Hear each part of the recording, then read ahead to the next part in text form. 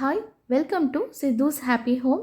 இன்றைக்கி நம்ம பார்க்க போகிறது ரொம்பவே ஹெல்த்தியான ஒரு ரைஸ் ரெசிபி தான், உளுந்தஞ்சோறு.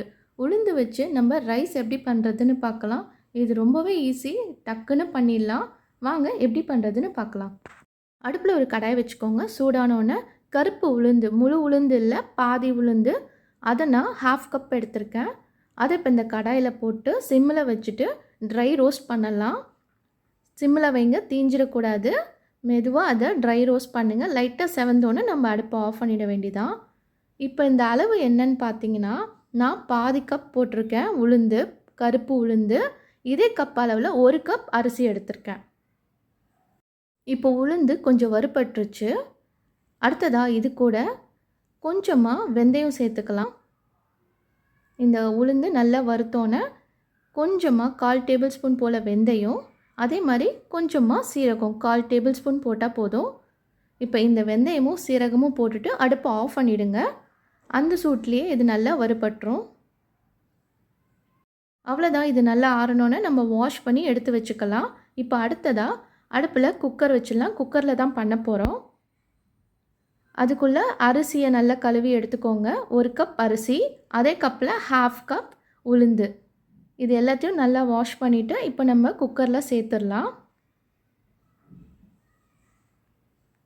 இப்போ குக்கரில் சேர்த்தோன்னே அடுத்ததாக தண்ணி சேர்க்க ஆரம்பிக்கலாம். இப்போது தேவையான அளவு தண்ணி சேர்த்துக்கலாம்.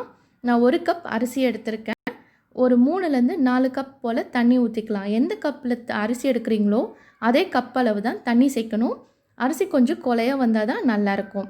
அடுத்ததாக 10லேருந்து 15 போல் பூண்டு சேர்த்துக்கலாம். கொஞ்சமாக தேங்காய், நீங்கள் விருப்பப்பட்ட அரை மூடி தேங்காய் போட்டுக்கலாம். தேவையான அளவு உப்பு. இப்போ இது எல்லாத்தையும் நல்லா கலந்து விட்டுக்கோங்க. அவ்வளோதான், இந்த உளுந்தஞ்சோறு பண்ணுறதுக்கு தேவையான இன்க்ரீடியன்ட்ஸ். இது எல்லாத்தையும் நல்லா கலந்து விட்டுட்டு மூடி போட்டு மூடி 4 விசில் வந்தோன்னே ஆஃப் பண்ணிவிடுங்க. மீடியமான ஃப்ளேமில் வச்சு பண்ணுங்கள். ஒரு 3லேருந்து 4 விசில் வந்தால் போதும். இந்த உளுந்தஞ்சோறு ரொம்ப ரொம்ப ஹெல்த்தியான ஒரு டிஷ். குழந்தைங்களுக்கு ரொம்ப நல்லது. மெயினாக பெண் குழந்தைங்களுக்கு ரொம்ப நல்லது. நீங்கள் மந்த்லி ட்வைஸ் இந்த மாதிரி செஞ்சிங்கன்னா உடல் நலத்துக்கு ரொம்பவே நல்லது. ட்ரை பண்ணி பாருங்கள். இப்போ நம்ம ஓப்பன் பண்ணி பார்க்கலாம். 4 விசில் வந்துடுச்சு. ஒரு 5 நிமிஷம் கழித்து ஓப்பன் பண்ணலாம். நம்மளோட உளுந்தஞ்சோறு நல்லா சுட சுட ரெடி ஆகிடுச்சு. பாருங்கள் எவ்வளோ சூப்பராக வெந்து வந்திருக்கு. இதை நீங்கள் சூடாக இருக்கும் போது சாப்பிட்டிங்கன்னா இன்னும் ரொம்பவே டேஸ்ட்டாக இருக்கும். பாருங்கள் எவ்வளோ சூப்பராக வந்திருக்கு. இப்போ நம்ம இதை சர்வ் பண்ண வேண்டியதான் சுட சுட. திருநெல்வேலி ஸ்பெஷல் கருப்பு உளுந்தஞ்சோறு இப்போ சூப்பராக சுட சுட ரெடி ஆகிடுச்சு.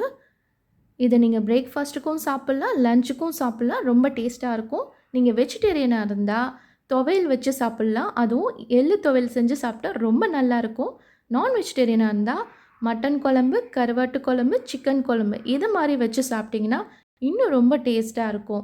இது பெண்களுக்கு ரொம்ப ரொம்ப உடல் ஆரோக்கியத்துக்கு நல்லது. குழந்தைங்களுக்கு அதை விட நல்லது. கண்டிப்பாக மந்த்லி ட்வைஸ் செஞ்சு சாப்பிட்டு பாருங்கள். உங்களுக்கு இந்த ரெசிபி பிடிச்சிருந்தா லைக் பண்ணுங்கள், சப்ஸ்கிரைப் பண்ணுங்கள், ஷேர் பண்ணுங்கள். அகைன் நெக்ஸ்ட் வீடியோவில் பார்க்கலாம். தேங்க்யூ.